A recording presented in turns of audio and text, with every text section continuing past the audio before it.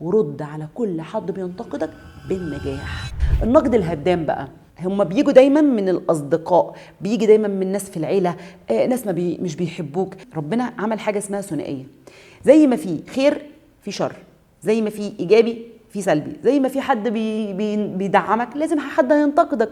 فاول حاجه تقبل. رقم 2، ما تردش ولا تضيع طاقتك عليهم، لان انت كده بتتحول حد بيسحب طاقتك وانت مش واخد بالك. وقف تأثيرهم السلبي عليك. لو انت تحولت بقى انك فعلا حد بينتقد، واللي بينتقد بالسلبي ده يعني لو هو حد غريب ابعد عنه تماما، مالكش علاقه بيه. طب لو حد من الاصدقاء بقى، انتوا عارفين دلوقتي النقد بقى ايه اللي هو تلاقيهم في شله كده اصحاب مع بعض يقولوا ايه، اصل انت طيب. فالولد كره الطيبه، يعني انا عندي حد جالي كره الطيبه، لا لا اصل انت غلبان، اصل انت محترم.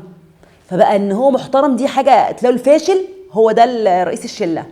ابعد عن كل الكلام الفارغ ده وسيبك من الكلام ده كله. لو عايز فعلا تبقى حاجه مميزه اقفل على ده ورد على كل حد بينتقدك بالنجاح.